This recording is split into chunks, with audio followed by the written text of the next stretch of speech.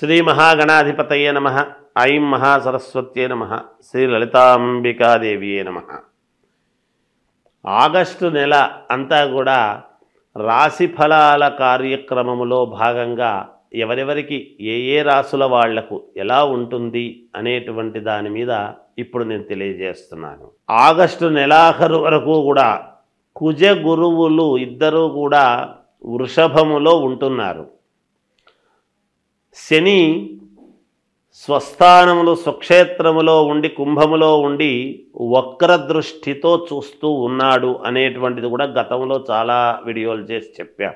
గురువు గనక మీ లగ్నములో పుట్టినటువంటి వాళ్ళ వ్యక్తిగతమైన జాతకములో అనుకూలముగా ఉంటే తప్పకుండా సత్ఫలితాలు ఇస్తాడు.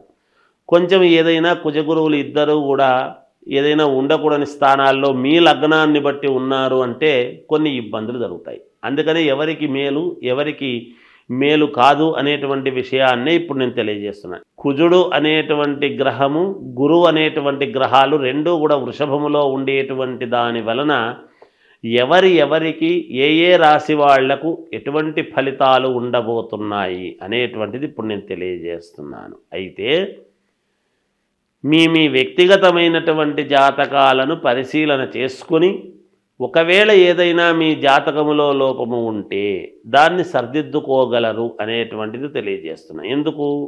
మనము స్నానము చేసి గుడికి వెళితే కదా గుళ్ళో ఉండేటువంటి పవిత్రత భగవద్ అనుగ్రహం మనకు కలుగుతుంది.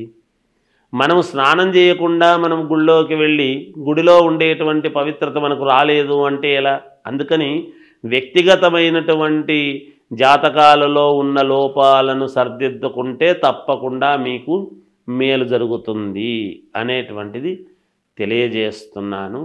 మకర రాశి వాళ్లకు ఎలా ఉంది ఈ ఆగస్టు నెల అంతా అని అనుకుంటే కొంతవరకు అనుకూలవంతమైనటువంటి ఫలితాలు గోచరిస్తూ ఉన్నాయి. సరే, కొన్ని చిన్నపాటి ఇబ్బందులు కూడా ఉంటాయి.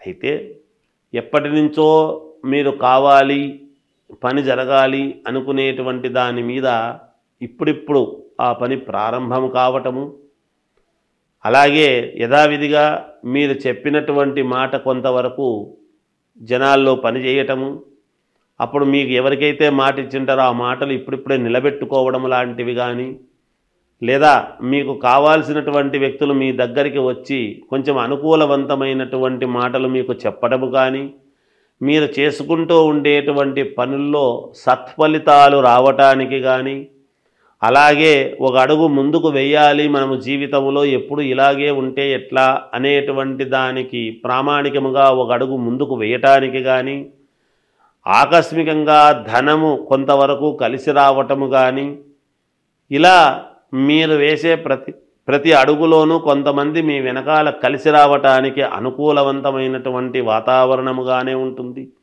విద్యార్థులకు పర్వాలేదు, యోగవంతముగా ఉంటుంది. శుభకార్యాలలో చేసుకోవాలి అనేటువంటి దానికి కావాల్సినటువంటి విధముగా ఇంట్లో శుభకార్యాల విషయమై ఒక కీలకమైనటువంటి నిర్ణయం తీసుకొని ముందుకు వెళ్ళడం జరుగుతుంది శుభకార్యాల విషయంలో. అలాగే విదేశాలకు వెళ్ళాలి అనుకునేటువంటి వాళ్ళు ప్రయత్నాలు చేసుకోవచ్చును.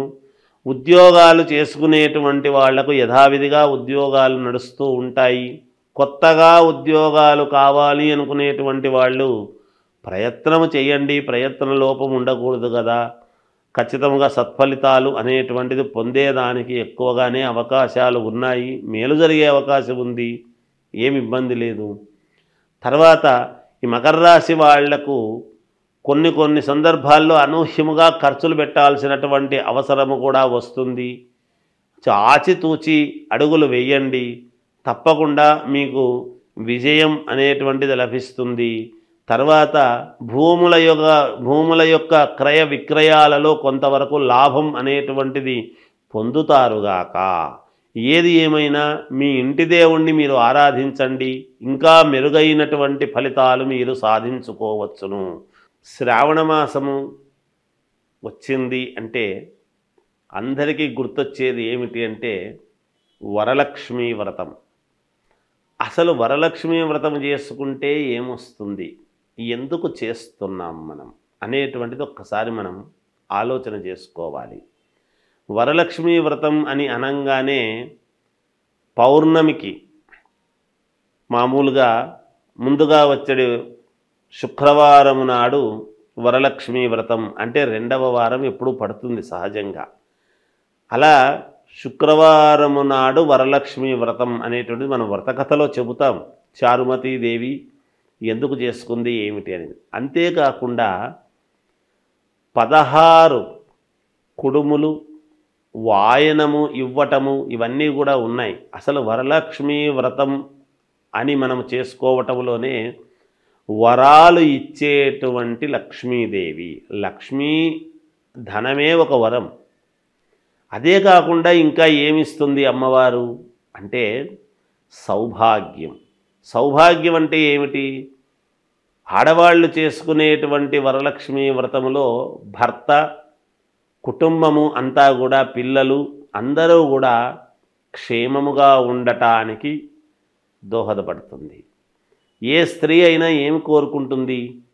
తాను బాగుండాలి అనుకునే దానికంటే కూడా తన భర్త, పిల్లలు, అత్తమామలు అందరూ కూడా బాగుండాలి అనేటువంటి దృక్పథముతోనే ఎప్పుడు కూడా ఆడవాళ్ళు ఈ పూజలు కార్యక్రమాలు చేసుకుంటారు.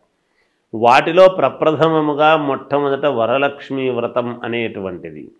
ఈ వరలక్ష్మీ వ్రతములోనే అందుకనే 16 మామూలుగా తమలపాకులు, 16 ఒక్కలు, 16 కుడుములు, ఇలా షోడశం అలా 16 అన్నీ పెట్టి చేసి మామూలుగా తోరం అది కట్టుకొని చేసుకుంటారు. ఆ తోరం కట్టుకోవడం కూడా దాన్ని ఏమిటంటే ఒకటి అమ్మవారుకు, ఒకటి ఈమె. తర్వాత ఈ వరలక్ష్మీ వ్రతము చేసుకున్న తర్వాత ఒక 5 మందికి కానీ, 9 మందికి కానీ, 11 మందికి కానీ ఎవరి శక్త్యానుసారం వాళ్ళు ముత్తైదువులకు మామూలుగా తాంబూలం ఇవ్వటము అనేటువంటిది ఆనవాయితీ.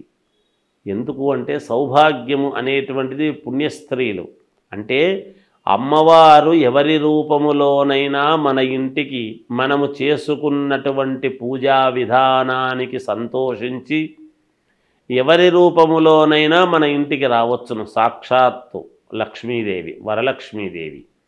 అందుకని ఎవరి రూపములో వస్తుందో తెలియదు. ఆనాడు మనము నిజంగా మన మనస్సులో వీళ్ళని పిలవాలి, వాళ్ళని పిలవాలి అని అనుకుంటాము. కానీ ఆ పిలిచిన వాళ్ళు ఎవరు? కొంతమంది వస్తారు, కానీ పిలవకుండా కూడా కొంతమంది మనకు ఎదురై రండి అంటే వచ్చేవాళ్ళు వస్తారు. అందుకని మీకు ఉన్నంతలో, కలిగినంతలో శ్రద్ధగా చేసుకోండి. ఆ శ్రద్ధగా చేసుకున్నప్పుడు ఖచ్చితముగా అమ్మవారి అనుగ్రహము పొంది మీరు చాలా వరకు సంతోషముగా జీవితము సాగించేదానికి మేలు జరుగుతుంది గాక. ఈ వరలక్ష్మీ వ్రతము చేస్తూ ఉన్నప్పుడు మీరు ఒక్కటి పాటించాలి. ఎందుకు అంటే ఆకుపచ్చని రవికలో కానీ లేదా శ్వేతవర్ణము తెల్లటి రవికలో కానీ మామూలుగా అమ్మవారు కాబట్టి మనము వరలక్ష్మీదేవి కాబట్టి మనం చేస్తూ ఉన్నటువంటిది ధాన్యము 5 పిరికెళ్ళు బియ్యం అందులో పోసి 5 కాయిన్స్ ఆ దాంట్లో ఆ రవికలో పెట్టి దానికి 3 ముళ్ళు వేసి అమ్మవారి దగ్గర పూజించిన తర్వాత అర్చన చేస్తాము చూడండి. అమ్మవారికి మామూలుగా లక్ష్మీ అష్టోత్తరం చేస్తాం.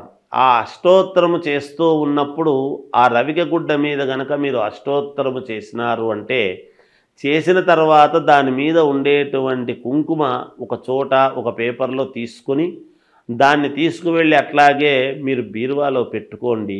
తప్పకుండా ధనము మీకు చాలా వరకు ఎన్ని ఇబ్బందుల్లో ఉండేటువంటి వాళ్ళకైనా ఏదో ఒక రకంగా మీకు అమ్మవారి అనుగ్రహము పరిపూర్ణముగా కలగడానికి చాలా రకాల మార్గాలలో ఇదొక రకమైనటువంటి మార్గము. దీన్ని అందరూ పాటించి చేసుకోండి. తప్పకుండా మీకు మేలు జరుగుతుంది అని తెలియజేస్తూ జయోస్తు.